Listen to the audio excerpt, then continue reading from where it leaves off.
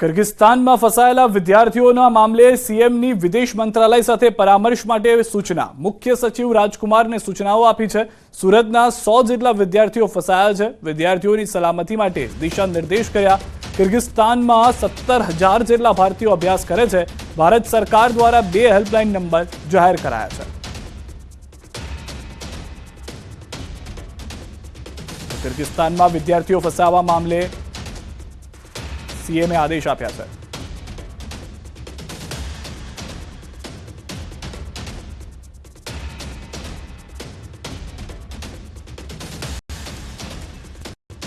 दृश्यों में आप જોઈ રહ્યા છો જે રીતની પરિસ્થિતિ કિર્ગિસ્તાનની અંદર થઈ ગઈ છે। મુખ્ય સચિવને આ તમામ લોકો જે 100 જેટલા હાલમાં સુરતના જ વિદ્યાર્થીઓ છે ફસાયા હોવાની જાણકારી આપી અને નિર્દેશ કર્યા છે। દિશા નિર્દેશ સલામતી માટે વિદ્યાર્થીઓ માટેની વાત કરવામાં આવી છે। सरकार द्वारा 2 हेल्पलाइन नंबर पण जाहिर करवामां आव्या छे। अनेक एवा वीडियो अनेक एवी परिस्थिति के जे हालमां परिवारजनोने चिंतित करी रही छे। किर्गिस्ताનમાં જે તેમના સંતાનો સાથે થઈ રહી છે લઈને 2 અલગ અલગ સમુદાય અલગ અલગ દેશ વચ્ચે થયેલી માથાકૂટની અસર ભારત પાકિસ્તાન અને બાંગ્લાદેશના જે વિદ્યાર્થીઓ ત્યાં ભણવા પહોંચ્યા છે તેમના પર થતી હોવાની હાલમાં જાણકારી મળી રહી છે।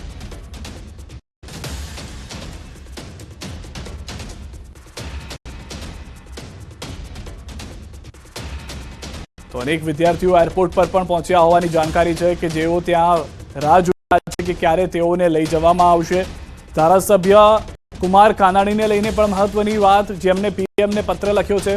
विद्यार्थीओने मदद माटे लख्यो छे पत्र। वालीओने योग्य माहिती करी छे रजूआत। सूरतना 100 थी वधु विद्यार्थीओ फसाया छे तेवी जानकारी मळी रही छे।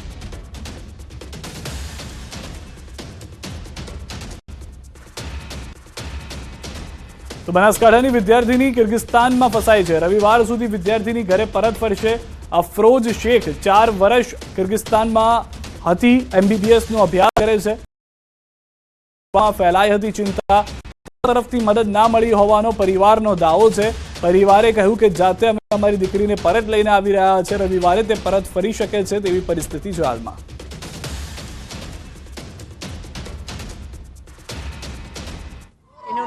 મારી બેબી સન્ડેના દિવસે સાંજે આવી જશે। કોઈ તંત્રએ પૂછવાય નથી આવ્યું ભાઈ, કોઈ તંત્રને કોઈ ખબર નથી કે કોઈ અત્યાર સુધી બાળકીને બી ત્યાં કોઈ પણ જાતની સહાય કે કોઈ પણ જાતનું કશું મળી નથી। આ તરફ સાબરકાંઠાથી સમાચાર। ગરમીનો પારો 47 ડિગ્રીને પાર ગયો છે। હિંમતનગરમાં 47 ડિગ્રીએ પહોંચ્યો છે ગરમીનો પારો। આખરી ગરમી વચ્ચે શહેરના રસ્તા સુમસામ છે। આપને જણાવી દઈએ કે લોકોએ બહાર ન નીકળવું તેવું પણ કહેવામાં આવી રહ્યું છે। સૌથી વધારે મહત્વની વાત, અનેક વિસ્તારમાં રેડ અને ઓરેન્જ એલર્ટ પણ જાહેર કરવામાં આવ્યું છે।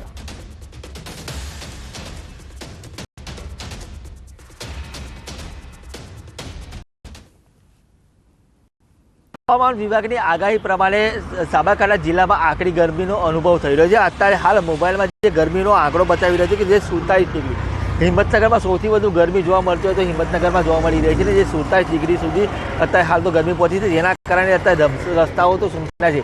જે લોકોથી ન છૂટકે જ ઘરની બહાર નીકળી રહ્યા છે, જે છે તે મોઢા ઉપર સ્કાર્ફ અથવા તો અન્ય જે સૂતરા કાપડના વસ્ત્રોનો ઉપયોગ કરીને જ ફરતા હોય છે। એટલે કે કહી શકાય કે આરોગ્ય વિભાગ દ્વારા પણ જે એડવાઇઝરી જાહેર કરવામાં આવી છે અને ખાસ કરીને પોતાનું રક્ષણ મળે અને ગરમીથી વધુ બચવા માટેના અનેક નુસ્ખાઓ પણ અપનાવવાની વાત કરવામાં આવી છે। અને આજે જે ગરમી છે, ગરમીનો પ્રકોપ યથાવત જોવા મળી રહ્યો છે અને આકરી ગરમીના કારણે મનુષ્ય સહિત પશુઓ પણ અત્યારે હાલ તો ગરમીમાં તોબા પોકારી ઉઠ્યા છે। ઈશાન વર્મા, ન્યૂઝ 18 ગુજરાતી, સાબરકાંઠા। રાજકોટમાં તાપમાનનો પારો 43.4 ડિગ્રીને પાર। 24 કલાકમાં 108ના ચોપડે હીટસ્ટ્રોકના કેસ। 3 કેસ, 3 દર્દીઓને તાત્કાલિક હોસ્પિટલ ખસેડાયા। સિનિયર સિટીઝન દર્દીને રાજકોટ રેલવે હોસ્પિટલ ખસેડાયા। એક દર્દીને જેતપુરની ડોક્ટર કોટડિયા હોસ્પિટલમાં સારવાર હેઠળ ખસેડવામાં આવ્યા છે। ધોરાજી વિસ્તારનો એક દર્દી મોટી મારડ પીએચસી સેન્ટરમાં દાખલ થયો છે।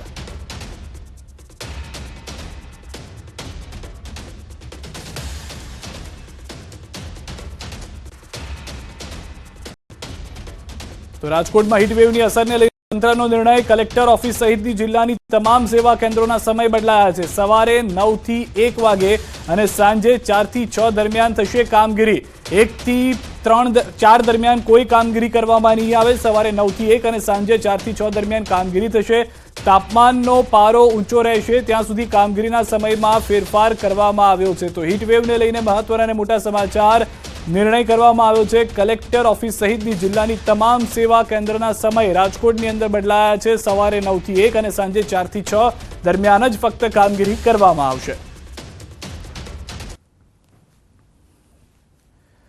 તો રાજ્યના તમામ વિસ્તારમાં કાળઝાળ ગરમી પડી રહી છે. જો કે દમણમાં ગુજરાતની સરખામણીમાં તાપમાન ઓછું રહે છે, પરંતુ પર્યટકોથી સતત ધમધમતો દમણનો દરિયો કિનારો પણ બપોરના સમયે ગરમીની અસર વર્તાયેલી દેખાય છે.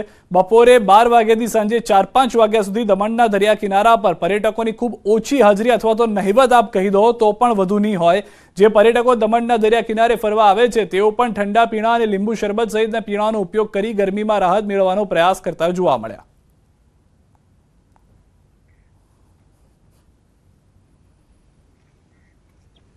ગુજરાતના અનેક જિલ્લાઓમાં 37 થી 40 ડિગ્રીથી વધારે ગરમી કાળઝાળ ગરમી પડી રહી છે, પરંતુ રાજ્ય પડોશમાં આવેલા સંઘ પ્રદેશ દમણના દરિયા કિનારે અત્યારે આપ જોઈ શકો છો કેવો માહોલ છે. દમણના દરિયે અત્યારે પવન ફૂંકાઈ રહ્યો છે.